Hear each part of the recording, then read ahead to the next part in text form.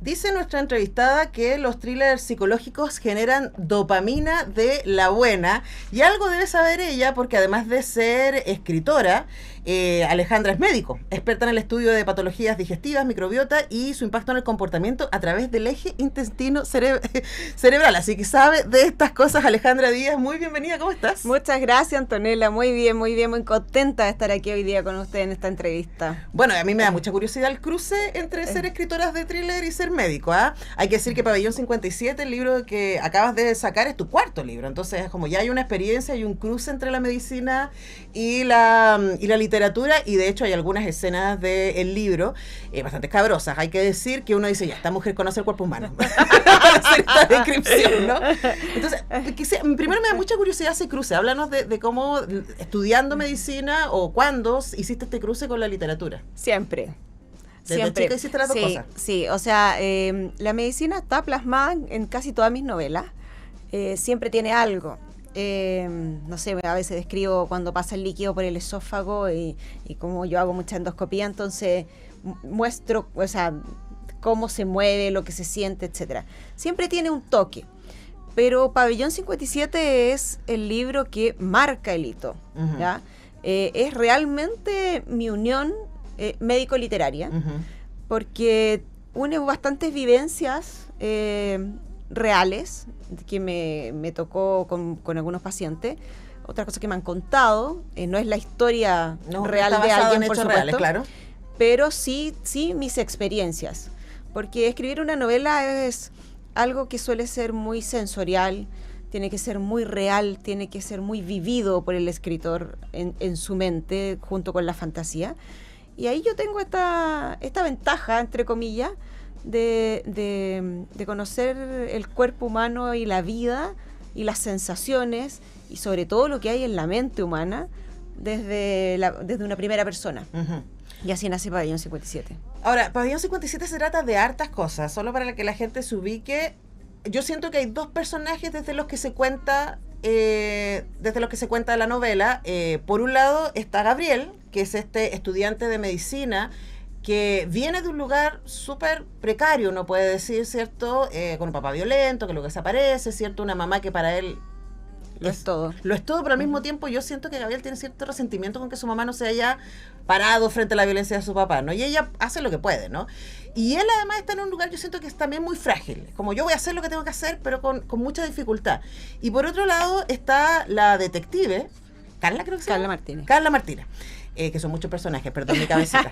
Y Carla también es importante porque ella es una detective que está ahí en un pueblo chico donde ella no entiende muy bien qué está haciendo acá y está a punto de renunciar porque su jefe se expresa hacia ella, después nos damos cuenta que no es tan así, uh-huh. Pero que su jefe parece súper misógino y súper maltratador y la ningunea todo el rato, y vemos la perspectiva del jefe que básicamente está viendo si esta chiquilla es capaz de soportar lo que un trabajo como el de ellos les va a tocar. Y lo que ellos están investigando es la desaparición de un adolescente cuyo hermano desapareció también hace 12 años atrás y se le encontró muerto de inanición con 37 días desaparecido, ¿no? Así es, muy bien. No, si se lo leí. No lo alcancé a terminar. Muy bien, sí. Muy bien. Y ahí está la mamá de los niños desaparecidos, y hay mucho misterio respecto a esta mujer, que no parece afectada, que repite constantemente que ellos estaban destinados a... Sí, así es. Dice que sus hijos están destinados a morir. Claro. Ahora, ¿por qué? Pabellón 57. Ahí está. Y yo le dije a Ale, no me hagas spoiler. Quiero terminar de leer y saber qué pasa. Entonces, preguntarte para partir, ¿no? Sobre tu interés por el thriller psicológico y por ocupar toda tu sabiduría médica, ¿no? En meterte también, como decías tú, en la cabeza y en los miedos y en las inquietudes de los personajes. Mira, esta es una novela bastante compleja desde el punto de vista de los personajes. Y eso es lo que la cataloga como un thriller psicológico. ¿Por qué los thrillers? Porque estamos en una época de las redes sociales, uh-huh. Y donde todo es instantáneo, gratificante, dopaminérgico, como dijiste tú al principio. La dopamina es lo que te genera una satisfacción rápida, pero que también desaparece rápido. Uh-huh. ¿Okay? Como compras. Claro, o Instagram, los Reels. ¿ya? O sea, está muy comprobado que son los primeros 3 segundos. Claro. O sea, si no te gustó los 3 segundos, el reel se cambia. Exacto. Estamos en una etapa un poco desechable. Entonces, leer un libro en estos tiempos es detener tu vida, pausarla, respirar y sumergirte en una literatura que no es tan simple, sobre todo para las nuevas generaciones. Entonces, el thriller tiene esa ventaja de que es una literatura rápida, muy enérgica, de capítulo muy corto, con mucho giro, y que por eso yo digo, también como médico, que también genera dopamina el thriller, pero dopamina buena, porque una dopamina donde además vas trabajando la imaginación. Claro. Además el lenguaje, la imaginación. Que no es lo mismo que, por ejemplo, ver una serie o escuchar un podcast de True Crime, que también genera dopamina. Es maravilloso. Pero esto es como exacto, extra. Exacto. Dopamina plus. Exacto. Cuando tú lees el libro, te lo imaginas. El 80% del trabajo está en la mente del lector. No está solamente en el libro. Y por eso me gustan los thrillers. ¿Pero qué te pasa a ti? Porque estás diciendo, esto es lo que le pasa al que lee. ¿Pero qué te pasa a ti cuando escribes, imaginas los personajes, imaginas la escena? Porque tienes una manera de escribir muy enfocada en el detalle. O sea, es como que nos das todos dejas poco a la imaginación en términos de la escena misma de lo que estamos viendo. Tenemos mucho espacio para la imaginación en por qué diablos está pasando esto, ¿no? ¿Qué me pasa a mí? Bueno, el proceso de escritura es un proceso muy interesante. Yo cuando estoy en mi etapa más elevada de escribir, no puedo dormir, por ejemplo. O sea, no puedo, porque así como el libro es adictivo para el que lee, también es adictivo para el que escribe. Y paso varias noches desvelada hasta terminar el capítulo, porque efectivamente yo siento el frío de las paredes, siento la humedad, si digo que el personaje roza los dedos y siento una textura, yo la siento. Y el proceso de escribir es así para nosotros. ¿Y lo sufres o lo gozas? O sea, la mayor parte del tiempo es algo que yo disfruto. Yo amo escribir. No podría vivir si no estuviese escribiendo. O leyendo. Estoy haciendo una de las dos cosas. O trabajando, porque yo pienso, ya quiero trabajar como médico, claro. Y las hago todas porque mientras estoy de vacaciones de médico, escribo menos. Ajá. Tampoco lo puedo entender. Tengo más tiempo, pero escribo menos, estoy en una etapa menos productiva. El cuerpo también necesita exactamente, se desconecta completo. Lo disfruto el escribir. Y los thrillers en realidad han sido una apuesta interesante, porque no es algo tan chileno. ¿Ya? El thriller es algo muy norteamericano, muy europeo también. Harto escandinavo por estos lados. También, exactamente. Entonces, que salga una chilena y diga, bueno, tengo un thriller. Tengo un thriller además que ocurre en un pueblo chico de Chile. No, el no, anterior. Esto pasa en Mallorca, el anterior. ¿verdad? Perdón. No, esto es Mérida. Mérida, eso. Esto es Mérida. Yo tengo otro libro que ocurre en Chile, que está ambientado en Río Las Cruces, que se llama El murmullo de los perdidos. No, aquí el pueblo chico me confundió, pero sí, es Mérida. Sí, esto es Mérida. ¿Y por qué Mérida? Porque, mira... También me lo pregunto cuando lo leía. ¿Pero cuál Mérida? No sé cuál Mérida es. Cualquiera. Porque pasa en México. Puede ser Mérida, México, puede ser Mérida, Venezuela, puede ser Mérida, España. Sí, eso también puede ser Mérida, España, claro. Porque es un país inventado, de hecho. Es un país inventado, es un país que tiene escenas de muchos lugares. Te puedes imaginar carreteras en Estados Unidos, te puedes imaginar lugares muy de España, así como de estilo Bilbao, por ejemplo. Te puedes imaginar favelas de Brasil en algunas partes. Claro, pero lo que yo alcancé a leer, yo me imaginé todo el rato como estos pueblos chicos, infiernos grandes que existen en Chile. Que existen en todos lados. O sea, el protagonista es chileno. Yo pensé que Gabriel es chileno. O sea, y cuando lo mencionaste, Gabriel tiene esta historia que podría identificar a cualquiera de nosotros o a alguien que conocemos. ¿Ya? De esta madre sacrificada, trabajadora, que justo tuvo un padre presente pero prácticamente ausente, que no colaboró, que no estaba, y él que necesita salir adelante por su madre también. Esto es una historia... Y por su tía, que es lo máximo. Y por su tía, que la tía de la pensión, que también es maravillosa. Entonces, efectivamente, yo cuando ya el libro salió, mucha gente me ha escrito y me dice, conozco a Gabriel, lo he visto en la universidad conmigo, lo he visto en el barrio, es el hermano de alguien. Entonces, Gabriel es un personaje chileno que nos caracteriza a bastante, muchos de nosotros. De hecho, alguien me escribió justo hoy día en la mañana y me puso, todos somos Gabriel. Y de algunas maneras, ¿no? Claro, porque él va cumpliendo con el deber, a pesar de que... A pesar de todas las dificultades. Exacto. O sea, Gabriel es alguien que juega, se le van cerrando las puertas. O sea, no es la persona que todo se le abrió, que todo se le resultó simple. Ujú. Es el joven que le costó llegar a la universidad, que le costó dar un examen, que quería estudiar medicina, que no tuvo la posibilidad de prepararse bien, que vivió siempre en condiciones precarias y que sin embargo lo logra. Ujú. Y ahí está, y por eso efectivamente su cabeza no sale de eso. Ahora, lo que me llama la atención, Alejandra, es que a pesar de que el cuerpo es tremendamente importante para ti como médico y también para Gabriel, este es un thriller psicológico. Así es. Porque el gran misterio a lo largo de, por lo menos de la novela, me imagino que hacia el final lo vamos a descubrir, es como, ¿qué pasa en la cabeza de esta mamá? Ese es como el misterio, ¿no? Sí, de hecho eso dice la portada. No trates de entenderla, ella sabe a lo que le temes. Claro, pero uno dice cómo sabe, por qué sabe, qué es lo que sabe de sus hijos, qué es lo que, yo creo, uno parte como, ¿qué sabe ella que nosotros no sabemos? Que es un poco lo que se pregunta Carla todo el tiempo, ¿no? Alrededor de esta mujer y en esta investigación. La detective. La detective es como, ¿qué hay ¿Qué ahí? hay en la mente? Entonces quería preguntarte por ese misterio de la mente y por poner como central a un personaje que habla muy poco. Mira, yo creo que todos somos, todos traemos cadenas las llamo yo, de lo que nos tocó vivir en la infancia, ¿tá? Y son cadenas pesadas que nos arrastran.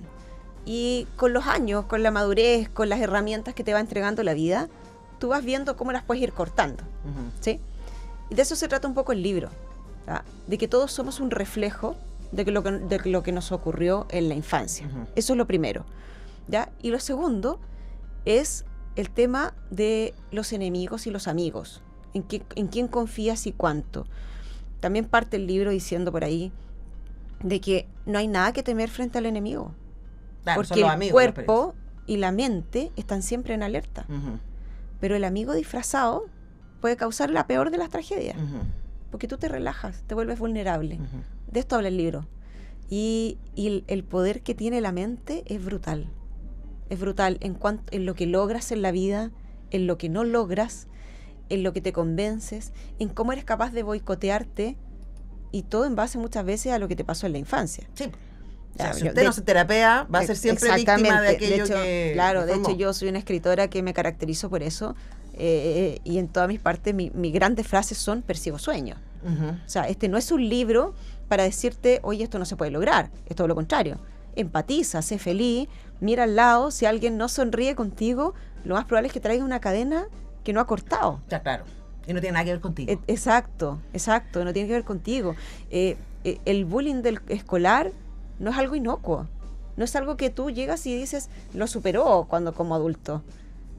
Probablemente sí, pero es una cadena que tuvo que arrastrar. Claro. Y que una cadena que fue gratuita, que estamos en una generación que actualmente es un poco más consciente en todo eso. Pero también que es más brutal por vía redes sociales. También, y que lo hace en forma anónima, las mismas cosas que se escribían de repente cuando alguien sube algo en las redes y todo el mundo lo ataca.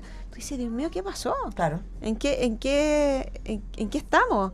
Eso genera daño en otra persona, y lo hace. Sí, ahora estaba pensando sobre eso. Radio UNIAC tiene unas redes de un nivel de amabilidad tremendo. Yo también tengo mucha amabilidad en mis redes, y también uno piensa que una de las cosas bonitas es, como tú dices, con quienes uno se rodea, ¿no? Y cómo te cuidan o no, en el caso del Pabellón 57, cómo va avanzando. Ahora hay una cosa que me llama muchísimo la atención, y coincidió que leí Pabellón 57. Yo tengo un club de lectura, dirijo un club de lectura, y leemos solo mujeres. Y muy bien. Partimos leyendo ciencia ficción, el año pasado leímos horror y ahora estamos leyendo policial, y me ha llamado mucho la atención que en este momento las mayores autoras de policial son mujeres. Uh-huh. O sea, hubo otro momento... ¿Qué fueron hombres? No sé, uno puede pensar en grandes escritores de policial, especialmente en los 50, ¿cierto? Con toda esa generación de la novela negra, pero hoy día, en España, en México, en Colombia, bueno, hay que decir los Países Bajos, ¿cierto? En Suecia, hay toda una línea ahí muy, muy poderosa de grandes escritoras que además venden mucho de policial, con una mirada de mujer. ¿Qué crees tú que hay ahí? ¿Qué pasó? Hay ahí? ¿O qué nos interesa a las mujeres del género y qué pueden aportar también? Yo tengo mis teorías porque leo mucho este año. Sí, tenemos un boom femenino policial. Lo que yo creo es que nos atrevimos, nos soltamos. Eso fue uno. Las mujeres ya no tememos nada, no tememos ser juzgadas por lo que pensamos. O sea, estamos hablando de investigación de cadáveres, de cosas que eran mucho más abordadas por los hombres. Teníamos menos acceso también a algún tipo de informaciones. Ahora yo ingreso a las unidades policiales a buscar información, a preguntar, a ver cómo es. Generalmente cuando habían casos, eran los hombres antes los que llegaban primero a ver los cuerpos, etcétera. Las mujeres ahora hacemos de todo. Claro. Y eso también nos ha abierto a tener información, porque no es algo que tú buscas. Cuando escribes, no es solo información que buscaste en internet, tienes que vivirlo. Tienes que haber vivido mucho, haber visto cosas para poder escribir bien un libro. Y creo que eso también nos ha soltado. Y si tú te fijas acá, por ejemplo, en Pabellón 57 hay un narrador que está en tercera persona, que es un copiloto sin filtro. O sea, él dice todo lo que piensa. Sí. O sea, él es prácticamente un personaje a quien yo nunca frené. Y yo creo que eso es lo que nos ha pasado a las mujeres en los últimos años. Ya no tenemos freno como antes. Estamos mucho más arriesgadas y hemos mostrado el talento que teníamos. Yo no digo que seamos mejor que los hombres. Lo que pasa es que hemos llegado a actuar al nivel de ellos. Ahora, lo que es interesante es que si hay una perspectiva, lo conversábamos con Ramón Díaz Heterovich, que estuvo acá hace un par de semanas, y él sacó el año pasado una antología de mujeres. Que escribían novela criminal, y comentábamos que una de las cosas que a ambos nos llama mucho la atención es que aparece otra perfil de personaje, otra manera de acercarse, en muchos casos más de atención en lo cotidiano, más de atención, como tú claramente en tu caso es súper evidente, de los procesos internos de los personajes y de su psicología, que es súper interesante, y no tanto, no está tan enfocada en la acción, como más bien en los movilizadores psicológicos de la acción, ¿no? Y los entornos cotidianos. A mí me parece que eso es súper entretenido. Ahora, para cerrar, Alejandra, y hemos conversado con Alejandra Díaz, autora de Pabellón 57, entre otros, pero este es el más reciente, editado por Zigzag. ¿Cómo evalúas lo que ha sido la recepción del libro? Maravillosa. O sea, yo estoy fascinada con el público. Yo siempre digo que cuando uno escribe un libro es muy silencioso, pero cuando sale se vuelve ruidoso. Y produce un ruido espectacular que a mí me genera mucha oxitocina y adrenalina para seguir escribiendo.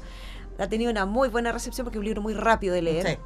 Sí. Y que además al lector le gusta empezar y terminar algo.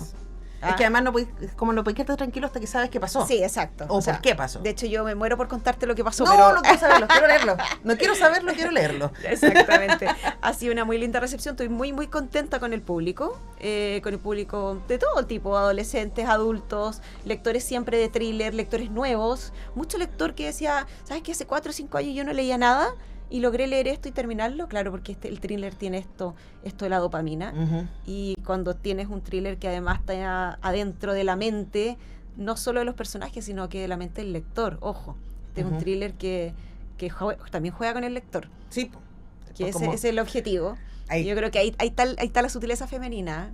Las mujeres como que podemos trabajar un poquito más con los pensamientos, con el corazón y los pensamientos, y quizás eso es lo que le da este power a esta nueva era policíaca femenina. Bueno, si usted quiere adentrarse en la mente de los personajes, en la suya propia y en la de Alejandra Díaz, le invitamos a que consiga Pabellón 57, está editado por Zigzag, lo pueden encontrar en la web de Zigzag y por supuesto en librerías. Gracias, Alejandra, por venir. No, gracias a ti por la invitación, lo pasé súper bien. Qué bueno, nos alegra mucho. Nosotros vamos a la música y ya regresamos con más Comunicarte.